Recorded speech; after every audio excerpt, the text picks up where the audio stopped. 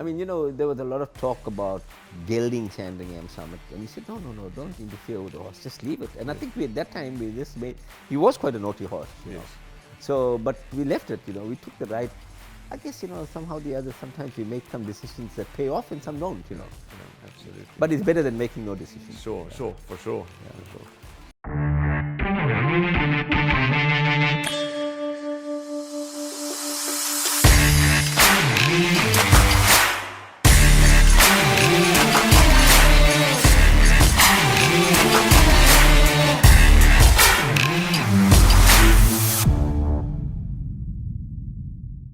Just before we came on air, I was chatting to the guys behind the scenes about what are we going to do for our Christmas episode of In the Box Seat podcast. So we're running out of time. It's not your problem as to what we're going to do. You're just going to enjoy whatever we're going to do. But the point I'm trying to make is that Christmas is inching closer and closer, and before we know it, we'll be into 2025. But we've got, as I say, as always, special guests on our podcast, Family of Racing. And it gives me great pleasure to sit today with one of KZN's owners. I say leading owners. All owners are leading owners. We've all got our place in the game. And it's lovely to sit and touch base and learn about owner Rakesh Singh this morning. So Rakesh, how are you? I'm well, Warren. Yeah, thanks. Lovely to sit with you and spend the next half an hour, 45 minutes or so learning about you and your racing interest. And Andrew Harrison's not with us today, so it's just the two of us. He's currently swanning it in the Kalahari on holiday. He's lucky, Andrew. He goes to the Kalahari, he goes to all these. I can't go to Pinetown, so I'll have to have a word with him. Rakesh, let's ask the first question, which is, how did your interest, your passion, your love for horse racing start? When and how did it all start? Yeah, Warren, I think the horse racing environment was, look, I mean, we were aware of this environment. Normally the guys would normally sort of get the July fever in the olden days, and everybody would take a bet without understanding. It was more a lucky number issue in those days. And we were little growing up, and then, everybody would sort of patronize this day, the July day, and you have to take a bet. And even if you drove into the town that I lived in, there were long queues at the bookmakers, and there were long queues at the Tattersalls. And we don't see that atmosphere these days, because I guess there's a lot of electronic platforms, and also with the advent of more bookmakers and more totes being present, you don't see that. But as I was growing up, that was like a fever, it was like the July fever. So we used to have a little punt there, and the guys will ask you, what number do you like and what number, not knowing a thing about the horse. The names or the trainers, not or the form, even or just nothing, numbers, absolutely, just a number, Okay. And then you would also ask the guys that you were aware of that normally play this game, what do they like, and you would take a small bet. And I think that the sense of winning on that day, or regardless of the price or the money that you made, it was just that enthusiasm. And I think it started while we were in 16, 17, Sure. We used to get this drive. Hey, everybody is talking about this, so let's have a go. And then it died. It would die, and then it would pick up the year again, the following year, and then it would die. It was that frenzy around that time, Yes. And I remember it used to be called the Rotman's July. Correct. Yes. That's right. So that's my first memory of it too. Yeah. It used to be called the Rotman's July, and then we used to care. And I remember, I think when I started, it was a horse called Devon A. Okay. That used to be running around that, Sure. So it tells you how far back we're going. Yes, sure. And I think it was Felix Gutier and Terence Millard. It was their runners, And then it obviously came in all the time. And then I think in 2010, I went to Nelspruit, and I met my partner in crime there. Obviously now, I went to manage a project up there, and I didn't know anybody in that environment, I'm suddenly new there, but I knew Treat here, and I knew Zane's other partner, So I decided to go and knock at the door, at the office. And obviously these guys were racing fundies, amidst their busy schedule, they'd find the time to take a bet. And then I used to wonder why these guys have a commentary running and all this nonsense, and it was Kimberley days. Okay. So I used to look at this form guide. They used to have this form guides printed at work, And, as we do. Yeah, no, at work they used to have it printed. And then I used to look at these horses that have 20 runs and no wins and said, this horse must win sometime. And I used to take a small bet. We used to give it to the other guy who had a betting account. Yes. So we used to give him the money to take the bet for us, And and then Zain, we got into this thing, and then we realized that, you know what, Zain kept on telling me that it's better to have the horse on your side than taking a bet, you know, Yes, because then after that, there's no sort of personal attachment to it. You're just Sure. taking a bet, you know. And then I think Zain convinced me to come into partnership with a horse that we bought called Black Pepper. Black pepper, I remember black pepper. Yeah. Sure. You bring And me then back he good also memories. coerced me into getting my own colors, because he had his own colors, you know, and he said, no, you need to get a color and you need to get this. And obviously now, the first time I'm seeing this color chart, you know, with all these different colors and things like, and this shows, you know, the red sleeves and the green, you know. So that's how we got Black Pepper. And I think we ran in the Vaal sand. Tinny trained black pepper, didn't he? No. It first went to Louis Querson. I think we ran in the Vaal a few times. Okay. And then he used to also take it to the Vaal sand. Okay. And then he used to take it to Kimberley. Okay. And then we switched ownership because we thought it was just traveling around from Vaal to back and forth, Kimberley and back, you know. So we switched owners and we left it with Tinny. And I don't know whether it was just the beginner's luck or something. We won 5 in a row with that. Sure. I remember. Yeah, black and pepper, we won the sprinter of the year in Kimberley. Correct. Yeah. Correct. Yeah. So, and that's how it started. And then we let it lie for a while. And then I joined 3-tier after that. And then we got more into it. And then about 3-4 years ago, I think the momentum really picked up. 4 years ago, yeah. When you look at your very first, you know, you go back in the memory and you say your first bet on what it was then, the Rothmans July, now the Hollywood Bets Durban July. You look at that moment and you look at your current standing, and you look back on all those years. Could you ever imagine that you would have had and be having the lovely journey that you've had? No, not at all, not at all, not at all. To be very honest, I never thought that we would actually take it to another level. Yes. Let alone, you know, having a bet casually now and then was the run of the day kind of thing. You know, we'll take a bet, or it was not sort of like, there was no interest in it until we managed to get our own horse. Yes. Yes. And then we started watching it run. And then you get this thrill of, you know, seeing this thing coming to the finish line, you know. But you know what, he did the first one, can he do the second one? And then he does the second one, and then he does the third one, you know. And then we used to have a small punt at it, you know. And I think, but as they started running, there was no benefit in pumping because they were very odds on, you know. Yes, yes. But you know, I'm glad you mentioned punting and betting, because, you know, listening to people, looking at betting, watching the pools, etc.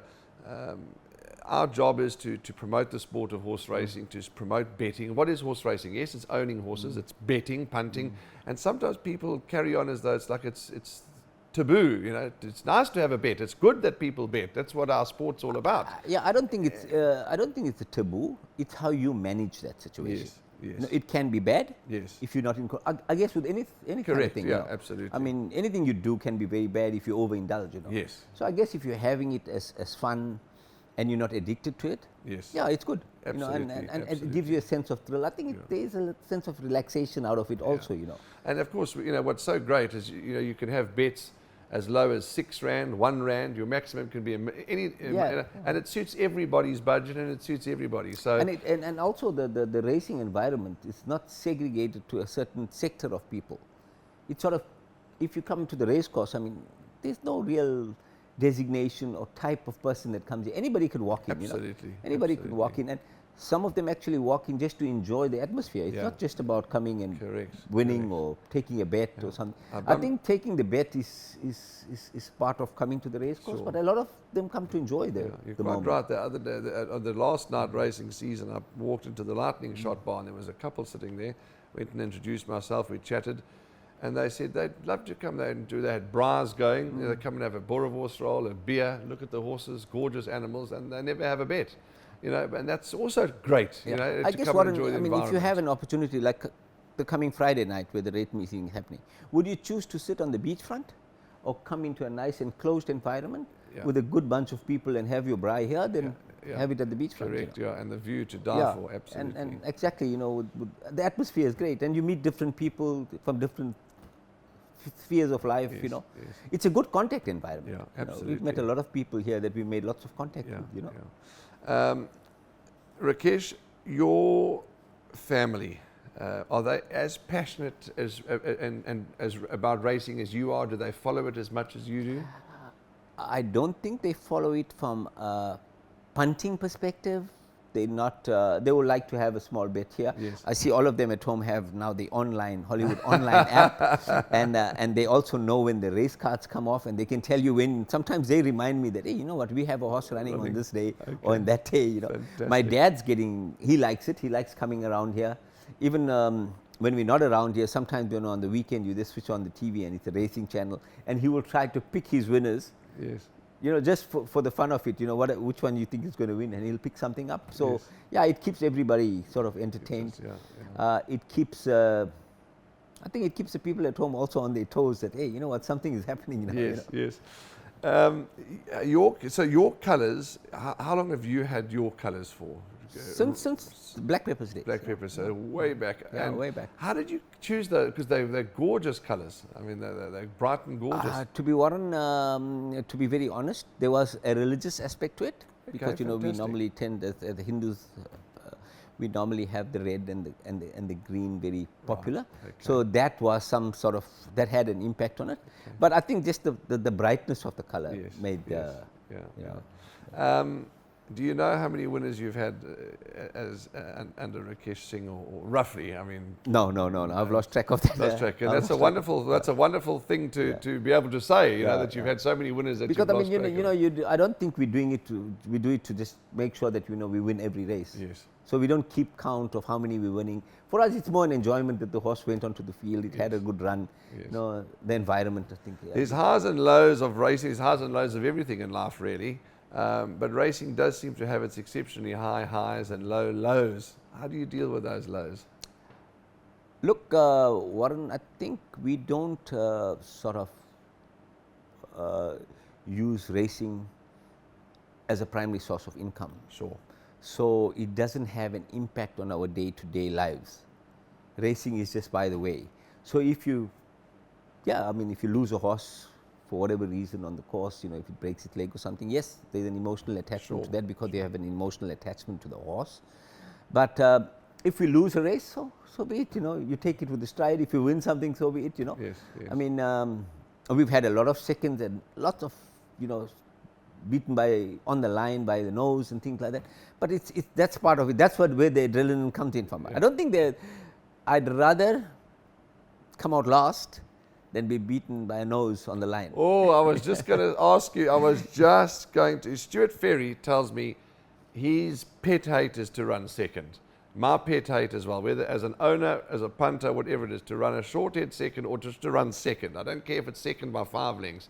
I'd rather win or run third, and clearly you don't like to run second either.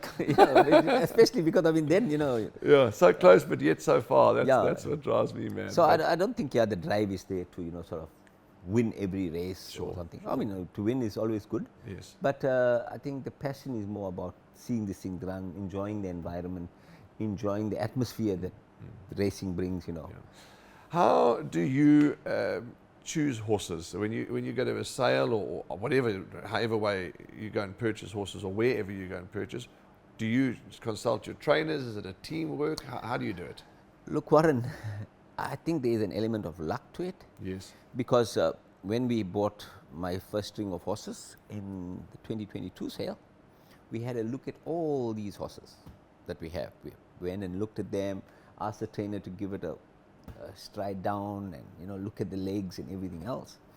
And on that basis, you know, we bought them. Obviously, we apply some sort of science to it, because, I mean, you know, we come from an engineering background. Yes. You know, the breed, you know, look at the mother, look at the father, look at the number of races they've won, and you're making sort of an educated guess, you know. And obviously, when you get to the sale, you have no control as to what price you're going to pay and when you're going to stop, you know. Yes. But then coming to that, and then there is that instinctive buy that when this horse comes into the ring and you decide to choose that, hey, there's something about this horse that I like. Yes. And you will choose that. And that's how we bought Sandringham Summit. Sandringham Summit, we never looked at it. We never saw it. We never even considered it in the guide. Are you Nothing. serious? Absolutely nothing. It was Goodness something that just gracious walked me. in there, and Zane was with me, and he said, hey, I like this horse. And the trainer didn't even look at it. David was sitting next to us. He didn't even look at it. You know. And they say horses find you. Yeah. Isn't that amazing? I don't know whether it found us or there was something about Yes. this horse that we thought, hey, And we took it to quite a price. Well, you took it to quite a price, and Sandringham took you also to quite great heights. Exactly. I mean, what a great horse he was. But to you. I mean, and this one, it could have had bandy legs. It could have had anything. We never looked at it. And that's how we got it. But we realized that it was a give me the green light. We knew there was something, but we didn't go and take an interest. Sure. There was no pre-checks or Yes, previews on this Amazing, horse hey? at all. And I'm sure, like all owners, myself included, you've gone and found the closest to perfect specimen that you've spent days looking at. That's maybe won a race or maybe hasn't won a race. It just shows you how it's so difficult to get it all right. But I've also, we've also come to some sort of conclusion over the years, is that, there are horses and there are horses out there. So if you make that educated, you have to use some sort of basis in how you buy them, how you choose them. Obviously the breeding, the dam, the sire, all those things go into, we take that into consideration in the number of races it has won and what have you. The dam and the sire, how they won these things and how they've performed in the past. That will give you a fair indication of where you're going with it. But also, I'm not saying that cheap horses are not good horses. But what we've said, that if you buy a few that are below average performers from the dam side and the sire side, and you can have a string of horses in the stable. Yes.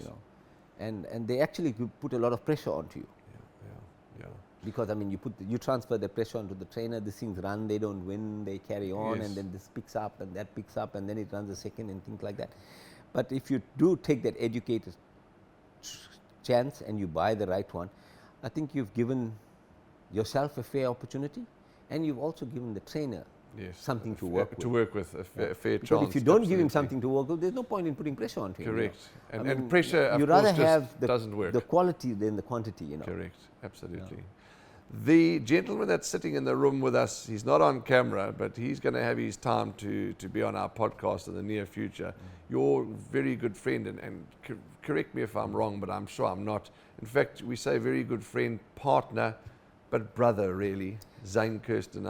We will. I think there's no difference between us. He makes a decision for me, I'll make a decision on behalf. We don't need to consult each other. Yes. I think we have a good relationship. Not that we don't grumble a lot. We do grumble a lot. All good friends do. Yeah, we do grumble a lot.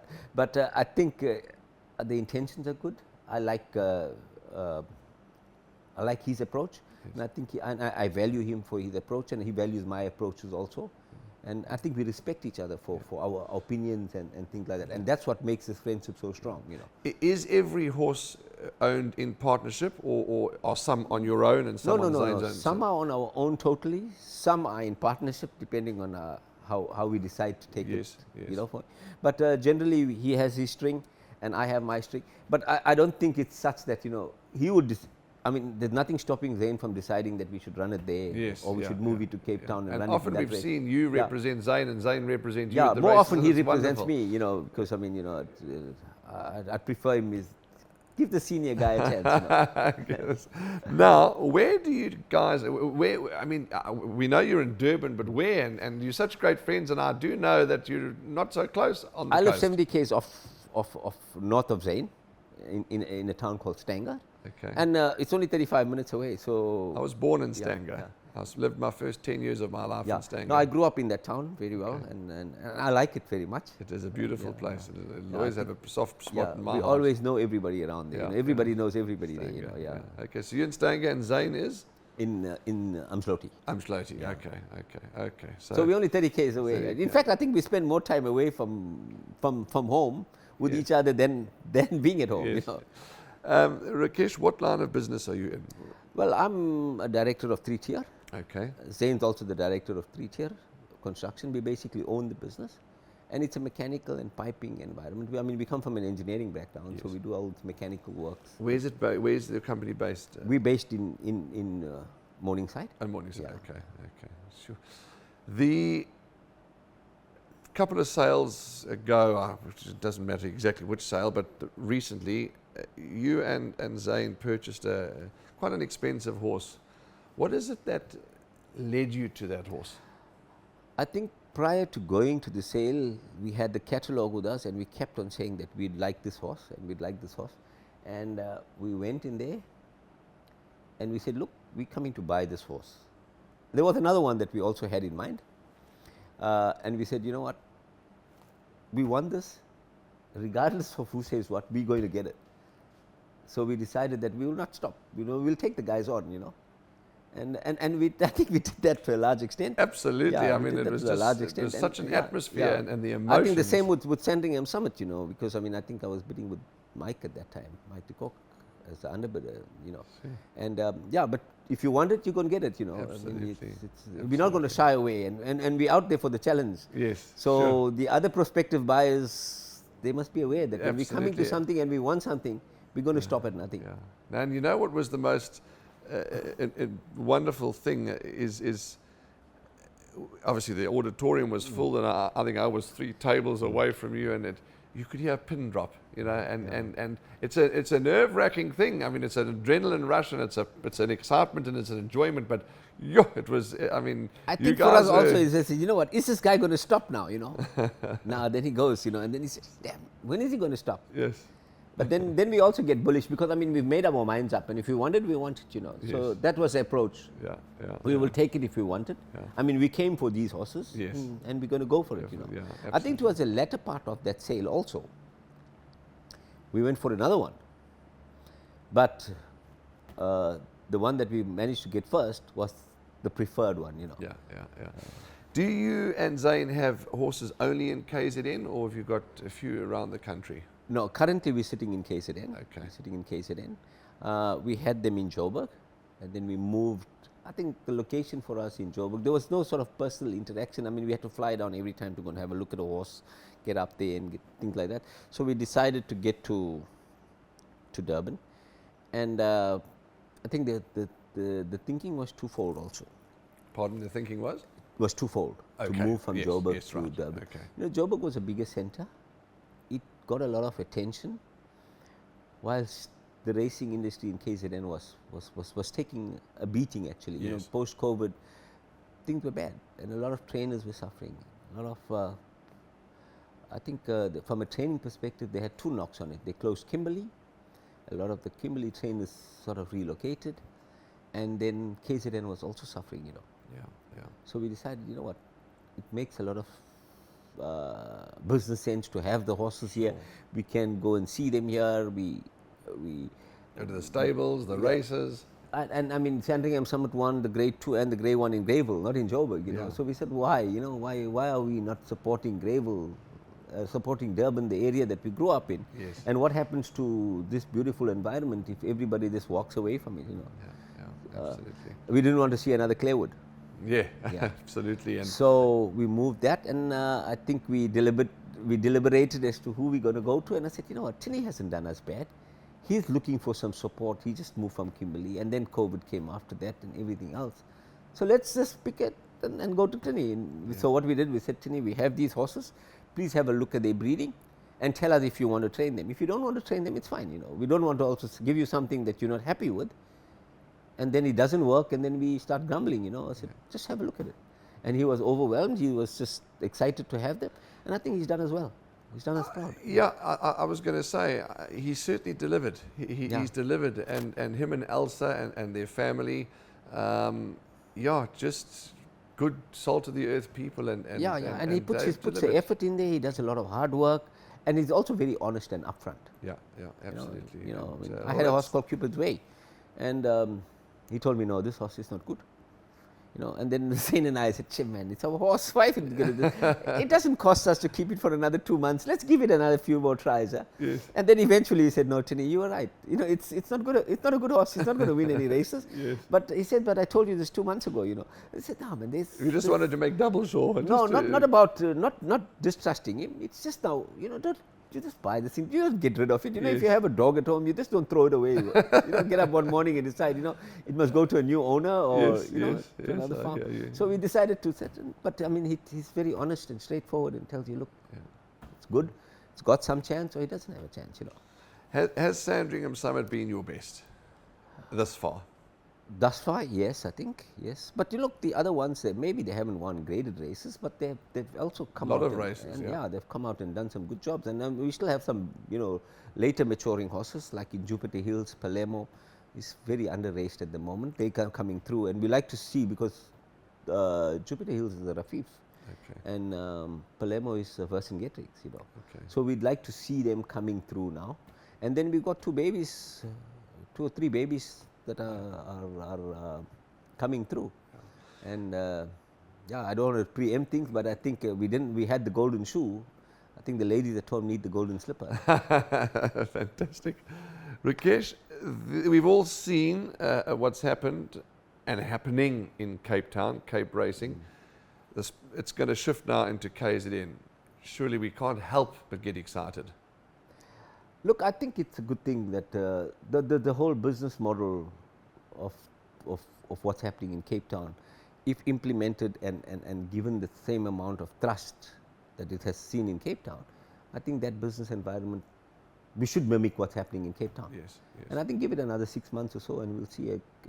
But again, we need to support the industry, you know. Sure. I mean, the industry is not going to be there without trainers, it's not going to be there without owners, and it's not going to be as exciting and profitable without the public coming to it. You know? Yeah, absolutely. The your family. I want you to touch on. Do you have any kids? Have you got? Yeah, how many years have you been married? Tell us about your family. No. I mean, you know, I've been an old man now. I'm 55, so I mean, you know, we don't go back to the days we were married now. You know, but my dad is still around. You know, I'm lucky to have him around. He's 81. Sure. And I hope I can come to racing when I'm 81. I don't know if Zain is going to still enjoy that. Well, I can tell you, you say you're 55, you look 45. No, but I can tell you something. No, thanks for that. But I can tell you, I don't think Zain's going to enjoy me at 81, you know. Because he complains now at 55. He complains that you moan now. I'm grumpy now, you know. Yeah, so yeah. And the family is okay, doing well. They're also showing some interest in the racing environment. And I think everybody's growing into it, you know. Yeah, fantastic. No, it's great. It really is exciting. A few personal questions. I say personal, not too personal. Do you have a favorite holiday destination? I like to be at home. Okay, home's. Yeah, I was just telling Zain that, you know, I'm planning to go and visit, go to Joburg on the weekend, and I said I don't feel like going. I want to be at home. You know. Yes. I'd rather take a drive and come here. Absolutely, absolutely. Do you have your own suite at the races? Yeah, we have a box up. Oh, yeah. wonderful. Yeah. Okay. You're more than welcome to visit us when you have Thank some you. time. That's very kind. Absolutely, that's good. There's so much that we can talk about. We can go on and on and on for hours, but you know, the object is to get the public to know you more and to see the owners that keep the game ticking. And all that's really left from my side is to thank you and your family and Zain, your partner, who's in the room but not on camera, and he will be on camera soon, just for the passion, the love, the interest. I mean, Zain brings his kids and you see the son at the races, and it's just always a happy environment. So thank you. Yeah, I'm trying to get that culture going out because, I mean, you know, I come from the culture where racing was not so dominant. I'm trying to get that culture going at home where everybody come to the race course, because generally in our environment, racing used to be a taboo. You know, it's a bad game. Yes, you know, people lose their houses. You know, and people lose this, and you know, you shouldn't be gambling. It's bad money. You know, it's not good money. It's not hard-earned money. So I'm trying to shift that old adage. Yes. You know, into the family now and drive them into the racing environment.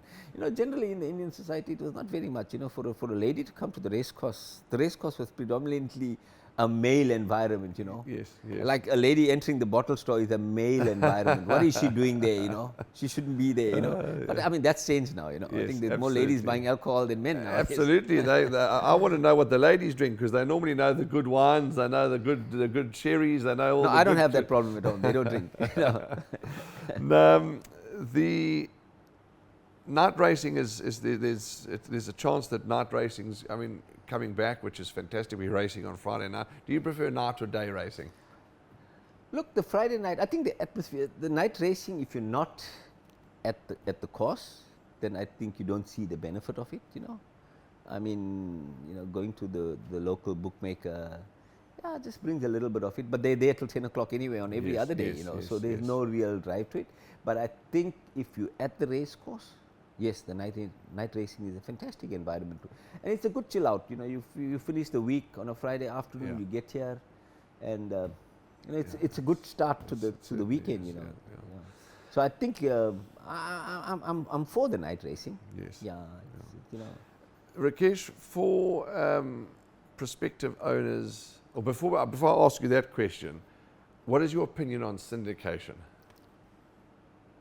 Look, I think syndication from a business perspective gives you a little bit more muscle, Yes. because there's a contribution of a whole lot of owners coming in.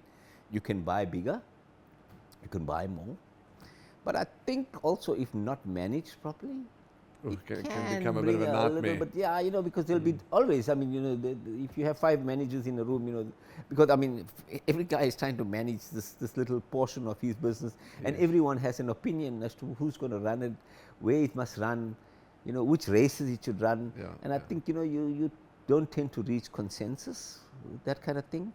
That's one aspect of it. Sure. Or alternatively, if you syndicate, then you leave it in the hands of the trainer or somebody to manage that portfolio, and you play no part in it. But there's nothing wrong with syndication, Yes, yeah. I Yeah. think- Valid points. The last question is for somebody, a member of the public looking from the outside in, whether it's they're looking at becoming a punter, whether they're looking at just coming to the race course, whether they're looking at becoming an owner, whatever it may be, what bit of advice can you throw out there? Look, obviously, there's a lot of negative connotations associated with racing, especially from it's been termed so-called a gambling thing, and in many aspects, people don't consider gambling as something that's good. I think that perspective needs to change. Yes. Coming and taking a punt is not about throwing your whole salary away. Sure. It's not about coming to the race course. It's not about coming to gamble only. It's coming to grow your network base. It's coming to a different environment. Good food. Yeah. Well, I think the entertainment part of it, is always there, but it's coming to a different environment. It broadens your perspective on things. Owning it makes it even better. Owning a horse makes it even better, because there's always a chance, if you have a good horse, you can always earn some stakes. There is something to that of it, and also I would say, it's a big industry. Yeah. And it's a lucrative industry. It has survived for so many years. There must be some sort of lucrative incentive for it to be there. Correct. Yeah. So there is something, and it's just like having any other business. If you don't manage it properly, or in any other facet of your life, going to the pub is also good. Yes. But being there all night and coming home at 4 o'clock in the morning every day is not good. And not being able to go to work the next day is not good, Yes. So just as you would want to go to the pub, or you'd want to take a drive to the casino, or you want to take a drive to something else, there's nothing wrong with coming to it. And I think we need to change that perception of people out there that think it's a bad environment. Sure. It's I'd rather have a guy coming around to the race course than trying to walk around at 9 o'clock in the evening on the beachfront. Correct. Yeah, absolutely. Because Good the chances point. of you getting into trouble on that end Yes. is a lot greater than correct. And you have a good set of people here, man. At the race course, there's always a nice level of people that you can associate with. Where do you and Zane watch your horses run? From the box or on the grandstand? I think we prefer to be at, if we had our way, we'd be at the finish line, holding the rope, like the old days. And do you shout your horses home? Do you cheer them home? Yeah, I think we do cheer them. Sometimes I even forget where the finish line is. The race is over and I'm still shouting. No, fantastic. I remember the one time, we ran on the poly, and I think the poly finish line is slightly before. And Yeah. And Zayn is telling me, but the horses won. What are you shouting for? The race is over. I said, no, it's still going. He said, no, the race is over. Well, at least it wasn't as but bad. I think that adrenaline pumps in there. It's amazing. When Sandringham Summit ran on in the Group 2, I came back from Tanzania and I refused to come to the course. And Zayn was upset and said, what, it's July day, why are you not coming? I said, no, I made an excuse, I just feel tired, And then I switched on the TV and the race started. We lost lengths, we had gravel, we'd drawn 7. We lose lengths at the start, it's 1400. this race is done and dusted, you're not going to get. And then I walk away, and then the wife at home tells me, hey, the horse is winning, the horse is winning. And I say, now this is somebody that's really jerking me now, Yes, telling me yes. now that the horse is going to win, And then when I come back, I was seeing the replay of the race. It was so quick, and so. Yeah, amazing. So, and I think Zain, thanks for representing me on both the occasions. Even on Gold Cup day, I wasn't here. I let him do the honors. So He's now obviously at stud Sandringham, so we know you sold him, etc., etc. But are you guys? Do you have mares? Are you considering maybe breeding one day, or would you ever send a mare to him? Or breeding not your game? I don't think we've crossed that line of breeding yet. Okay. Let us get a few good buggers out there, let them start running. And I mean, there was a lot of talk about gelding Sandringham Summit, and we said, no, don't interfere with the horse, just leave it. And I think at that time we just made, he was quite a naughty horse. Yes. So, but we left it. We took the right. I guess somehow the other. Sometimes we make some decisions that pay off, and some don't. Yeah, absolutely. But it's better than making no decisions. Sure, for sure. Rakesh, thank you, as I said, and just been lovely to sit with you and Zain as well. But Zain will be with us in the near future. But thank you again, and lovely to sit and talk and be together. Thanks to you, Warren. Thanks for giving us this opportunity, and thanks for making the racing environment. You guys commentary, you guys preview on racing. I mean, obviously you have to do a lot of work, a lot of effort goes into it the night before. Yes. And and let's get this environment up and make Greyville and Scottsville a prestigious environment. I'm in your camp. I agree with you. Thank you for the kind words. Yes, indeed, because it's a tough game. It's an enjoyable game. It's a tough game from all aspects. Whether you're a owner, trainer, commentator, presenter, jockey. It's not easy, and everybody's doing their best. That's the most important thing. We have the best here at KZN. I mean, I could go back to the early days when we had the old East Coast radio. What was it called? Radio Port Natal. Yes, and every half an hour, we had the race commentaries. The jingle that used to play that little jingle. Yes, and it was the days of Eric Dunman and Craig Peters. Yes. And I think Craig, listening to so many guys commenting, and I've got nothing against the other guys. Don't get me wrong, and I think they're doing a pretty good job.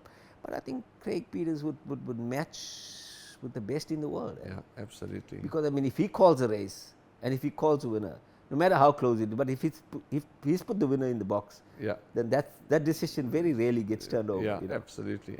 You're quite right. I'm glad you mentioned commentators, because we are blessed in this country to have some very great commentators and great horsemen and horsewomen. So absolutely. We have some great jockeys. We have some great trainers. Yeah, absolutely. No, fantastic. Well, to you and your family, all the best for the festive season. And we look forward to seeing you more in the winner's box, more at the races. And I'm sure I'll take you up on that offer to come and enjoy a beverage with you in your suite one of the days. Sure. And Warren, thanks to you. May you guys have a good Christmas and a good festive season. And also to the racing public. Let's all be safe and keep the sport going, and all the best to their families also. Thank you. Rakesh, thank you very much. Thanks, Warren. All the very best. Thank you. That's Rakesh Singh, ladies and gentlemen. What a wonderful 45 odd minutes we've spent together. And as I said, as I always say in our podcast, we could go on for 3 hours, but sadly we can't. Before I leave you, www.galloptv.co.za. Please like the page, subscribe the page, follow, hit the bell, the notification bell. It really is just fantastic. It's all the replays, the interviews, the preview shows, absolutely everything that you need. The archives, it's all on there. And it's probably the greatest, or in my opinion is the greatest platform to go and look at all your racing replays, interviews, and all that you need. So from Warren Lenferner, the entire In the Box Seat team, Rakesh Singh, please be safe, stay well, punt well, and we'll see you as always in the number 1 box.